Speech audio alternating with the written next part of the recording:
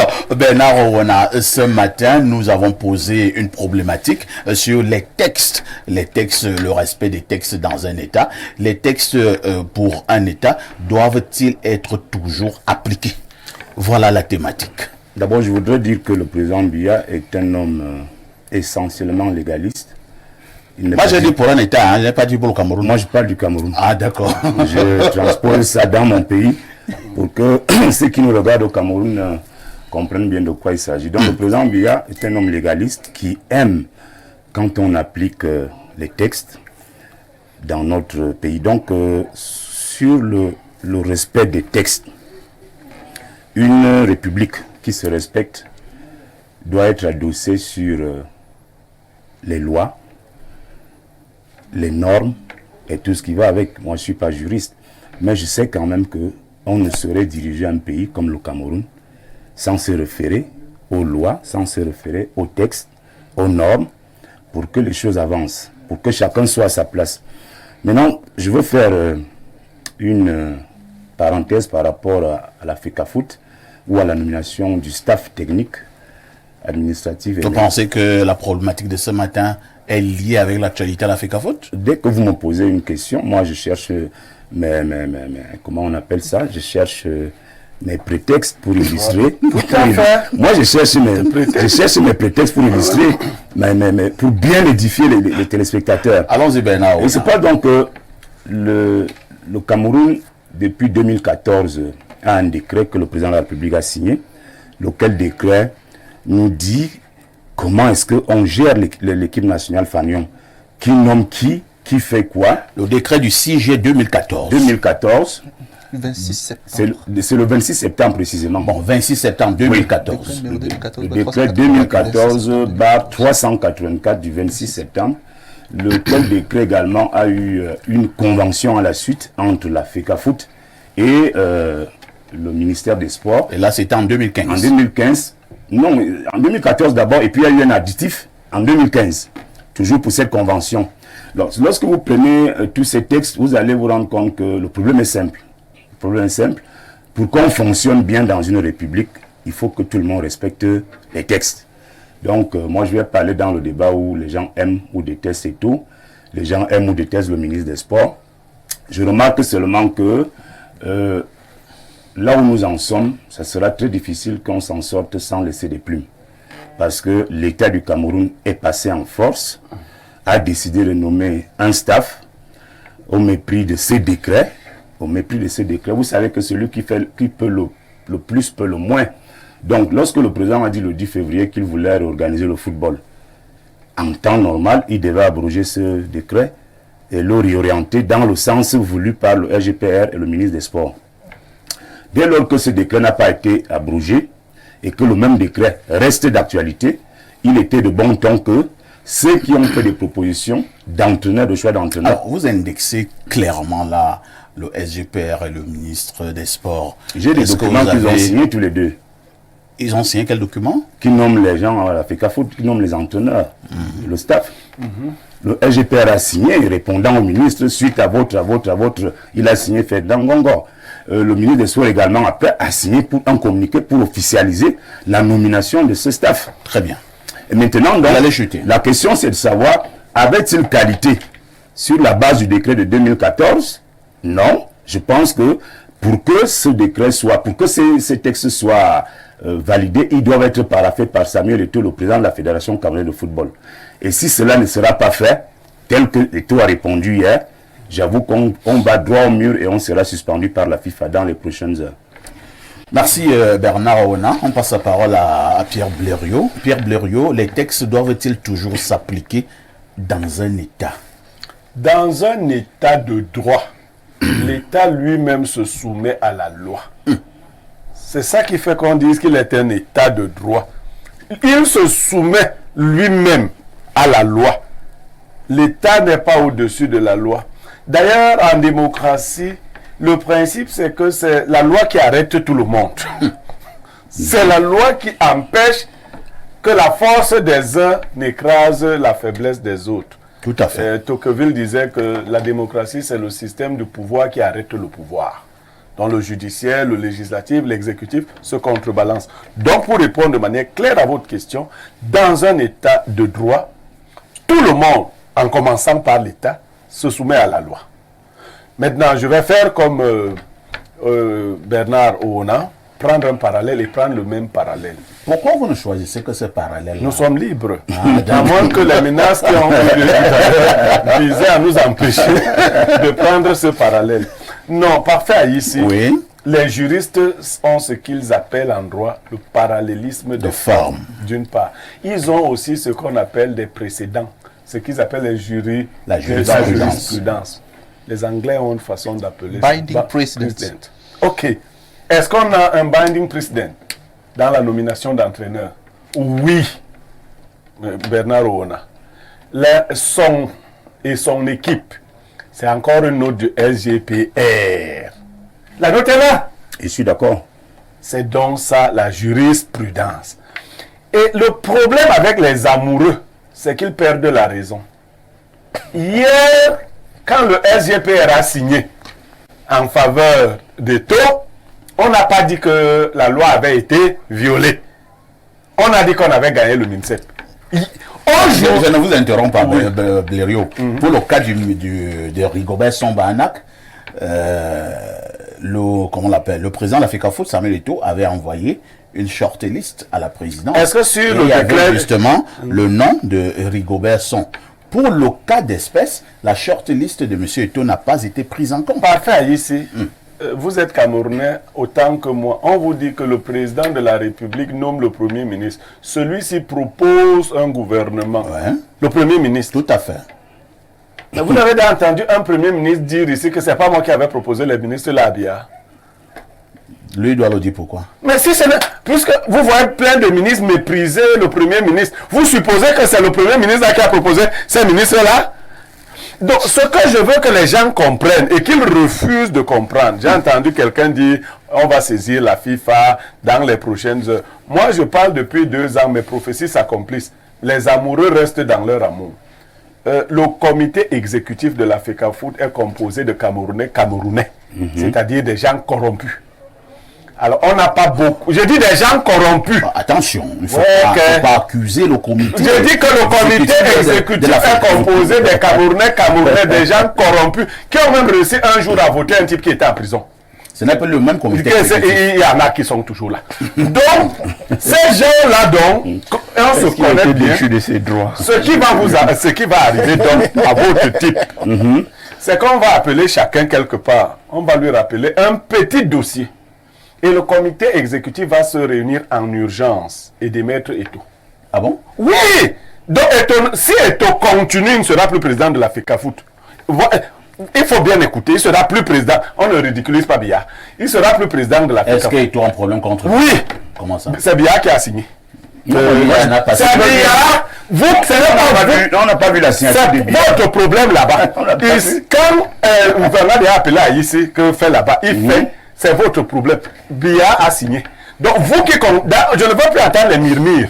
Les murmures que nous entendons... C'est pour ça que j'ai dit que le président Biya est un homme légaliste. Les murmures que nous entendons sur cette question-là, on ne veut plus les entendre. Merci bien. Il y a déjà... D'ailleurs, l'entraîneur blanc est en route. Et je conclue par ça ici. Oui. Les stades appartiennent à l'État et sont gérés par Bell. Donc l'entraîneur de Togo, je ne sais pas dans quel stade il ira mettre. Il faut voir un peu comment. Donc, comme il est changé par Bell, c'est bien. Vous voulez nous faire Même qu'elle a mis l'ami de tout. L'ami de tout. Voilà. Il va ouvrir les stades et les entraîneurs que tout va nommer, ils vont jouer sur les stades. Je ne vous rien. C'est Oman qui va aller entraîner là-bas. Ok. Merci bien. On va passer la parole à lui, Paul Toi. C'est vrai que en prenant ma problématique de ce matin, je n'ai vraiment pas vu le cas de la FECAFOOT. Hein. Je n'ai pas vu ce cas. Vraiment. Bon, vous venez de me l'imposer. Moi, je parlais des textes dans une république, des textes dans un État. Est-ce que ces textes doivent toujours être appliqués? Ou alors, il y a des moments où on va d'abord laisser les textes et on applique autre chose, monsieur Lupaul Toi. Non. C'est-à-dire que l'État doit fonctionner dans le cadre réglementaire qu'il s'est fixé lui-même. D'accord? C'est pour ça qu'il y a l'Assemblée nationale qui vote des lois. les magistrats de la justice n'appliquent que ces lois. Bon, de temps en temps, s'il y a un vide juridique, ils peuvent donc faire la jurisprudence et créer une loi par rapport à une thématique bien donnée. D'accord. Sinon, on revient à l'état de nature. C'est-à-dire que le président de la République peut se lever le matin et dire, bon, ok, maintenant, mon mandat, c'est 20 ans. Et c'est terminé. Et c'est terminé. Il y a un président qui a voulu faire ça. Hein. Bon, Au Sénégal. Non, je n'étais pas président de la République. Je ne sais pas. Il voulait enlever son mandat de 4 ans. Je ne sais pas où M. Guéry va revenir. Il faut parler d'étouffe. Un président il était dans l'état de nature. Monsieur Parfait ici, le commissaire central des Foulan peut venir ici et dire, bon, fermez Info TV. Il n'y a plus rien. Et c'est terminé. Et c'est terminé. Donc, Là, nous sommes dans l'état de nature. là, on est dans l'état de Nous, nature. si on parle là-bas, on dit fermer le commissariat. Le commissariat est la plus C'est plus fort. Oui, on ferme le commissariat. C'est Quand qu'on on est dans ne l'état pas de arriver à nature. ce genre de choses, d'accord, il faut donc respecter les textes qu'on se fixe, les lois qu'on se fixe. Et d'ailleurs, je vais vous dire une chose, monsieur Parfait. Vous savez pourquoi le Cameroun ne se développe pas? Non. Parce que le Cameroun ne respecte pas les textes qui se sont fixés eux-mêmes. Comment on dit que bien légaliste, toi tu dis que... Bon, je ne sais pas si c'est à ce niveau, mais je n'ai prononcé le nom de personne. Mais c'est bien qui est responsable du Cameroun. Voyez-vous, je vais vous prendre un exemple. Est-ce que c'est moi? D'accord. Actuellement au Cameroun, quelles sont les nationalités qui investissent ici?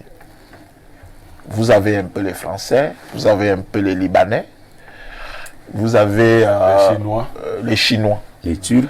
les Turcs. Et les pays que je vous ai cités là, si vous enlevez la France qui est dans l'Union européenne, les autres pays là, c'est des pays où la mafia règne. Et quand ils arrivent ici, ils appliquent la mafia. Parce que les autres nationalités sérieuses qui ont voulu venir au Cameroun se sont heurtés à des choses incroyables. Vous avez vu, ils ont retiré leurs capitaux, ils sont repartis tout de suite. Vous avez en tête l'affaire Citabag, vous avez en tête l'affaire Heisenberg, sans faire de publicité, vous avez d'autres affaires. C'est-à-dire qu'on a condamné les gens et les gens disent, ok, bon, on va vous montrer qu'on est au Cameroun, rien ne sera appliqué, rien ne sera fait. Et quand c'est fait, quand les gens ont compris ça, les investisseurs ont compris ça, ils ne viennent plus. Parce que, voyez-vous, je l'ai toujours dit sur votre plateau ici, monsieur Parfait ici. Quand vous avez dans d'autres pays, il n'y a pas forcément un policier au feu rouge. Pas du tout. Mais vous voyez tout le monde, dès que le feu est rouge, Tout le monde, les voitures s'arrêtent. il s'arrête. Parce que quand vous ne vous arrêtez pas et que vous tombez sous le coup de la loi, on applique la loi avec toute la sévérité qui s'impose. Ici, par exemple, donc, vous allez voir, vous avez un problème avec quelqu'un en justice, il vous dit, je vais vous montrer que je suis puissant, il bloque la procédure pendant 3 ans, il est condamné. Il y a plusieurs sociétés qui sont condamnées ici à payer leurs employés qui ont travaillé, qui se sont sacrifiés, mais ils ne payent pas. Le juge ne saisit pas les comptes, le juge ne fait rien, il s'en fout. Quand les ambassades documentent donc tout ça, ils disent à leurs compatriotes, ne venez pas. Si vous venez en connaissance de cause. Maintenant, je vais donc faire le parallèle sur ce qui se passe à la FECAFOOT. Ah, ça c'était la belle Parce chute. que vous avez imposé ce sujet dont je ne voulais pas forcément en parler. Je vais dire ceci. Quel sujet? Le sujet de la FECAFOOT. Vous avez le ceinture là, vous avez vu la FECAFOOT. C'est vous qui parlez, vous avez dit que vous avez imposé ce sujet. Alors, la première des choses qu'il faut dire, c'est que le seul président de toutes les fédérations au Cameroun, c'est le ministre des Sports. Je dis bien, le seul président de toutes les fédérations au Cameroun, c'est le ministre des Sports. C'est lui qui donne son pouvoir donc, à une association pour pouvoir, parce qu'il ne peut pas être partout au même moment. Ça, c'est la première des choses.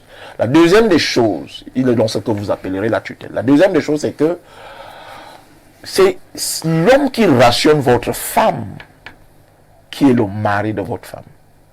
Ah bon? Ah ben, Oui, mais si tu envoies ta femme prendre l'argent chez ton ami tous les jours, toi tu crois que qu'est-ce que tu Alors, Ami avec elle.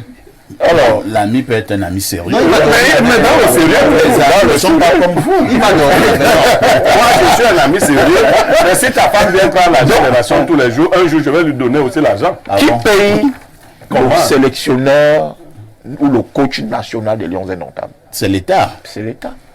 Est-ce que l'État c'est Donc, quand j'entends Bien sûr.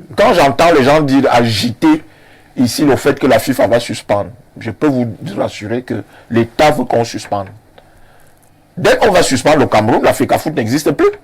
Et si la FECAFOOT n'existe plus, Bleury a dit quelque chose de très pertinent. Et tout n'est plus rien du tout. Ah, donc vous avez un problème avec tout. Donc, vous avez un agenda. Non, mais c'est pas un agenda.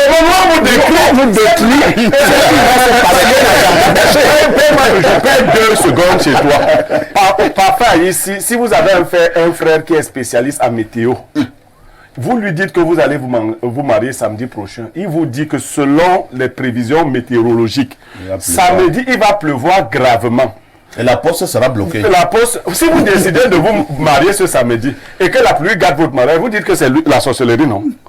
Il vous a décrit seulement la nature. Donc nous décrivons ce qui va se passer. C'est le malheur que nous avons de comprendre. Parce que donc, c'est l'État. Et le chef de l'État l'a dit dans son discours. Il fallait bien écouter. Qu'on met beaucoup d'argent. L'État met beaucoup d'argent. Et quand vous mettez beaucoup d'argent dedans, dans une affaire, vous avez le droit de regard. Paul, comme vous insistez à parler de la FECAFOOT, entre-temps, que faisons-nous alors du mot qui est écrit là en bas au niveau du synthé, les textes? Que faisons-nous de ce mot, les textes? Alors, quand je vous ai dit, par ailleurs... Est-ce qu'il y a un texte quand je vous dis organise le fonctionnement de cette affaire, c'est-à-dire les nominations des coachs, et ceci, et cela. Sauf que tout le monde qui parle ici n'a pas lu la convention qui lit après le décret. Il y a une convention. Qu'est-ce qui est supérieur? La convention ou le décret? Attendez. Il y a un décret qui est au-dessus de la convention. Mais sauf que les gens n'ont pas lu la convention. Et là, c'est la hiérarchie des normes juridiques. Qui lie l'État et la FECAFOOT. Parce que l'État n'a pas lâché. D'ailleurs, les équipes nationales, toutes les équipes, lorsqu'elles sortent, prennent le statut. Il faut qu'ils répondent à la question, hein, monsieur Toile. D'accord. Comment on nommer les coachs à l'équipe nationale? Il faut répondre à cette question. Est-ce qu'il y a un procédure? Parce que non, monsieur Parfait, vous avez les mots là, c'est pas bien. Monsieur Parfait, ici, le problème ici, c'est que les gens s'arrêtent sur un décret. Sur le décret qui est supérieur. Ils doivent s'arrêter sur le décret. Mais maintenant, il y a une convention. Je dis bien, il y a une convention. Qu'est-ce qui est supérieur? C'est la convention et le décret. Et dans cette convention-là, il est dit ceci clairement. D'accord? La FECAFOOT propose. La FECAFOOT propose. La FECAFOOT ne nomme pas. Elle propose. C'est pour ça que le président, c'est pour ça que le ministre des Sports saisit le secrétaire général de la présidence qui travaille sous l'autorité du président parce que on a l'impression, les gens ont l'impression au Cameroun que le secrétaire général de la République sort de son... Et qu'est-ce qu'il a même à foutre avec la FECAFOOT? C'est bien codifié. Mais maintenant, ce qui pousse... on n'a plus de temps. À aller au casse-pipe. D'accord? Dès qu'on va mettre le Cameroun sous normalisation. On ne peut plus président d'habitude. De facto. Et après, il y aura, après la normalisation de 2 ans, il y aura un nouveau président. C'est clair.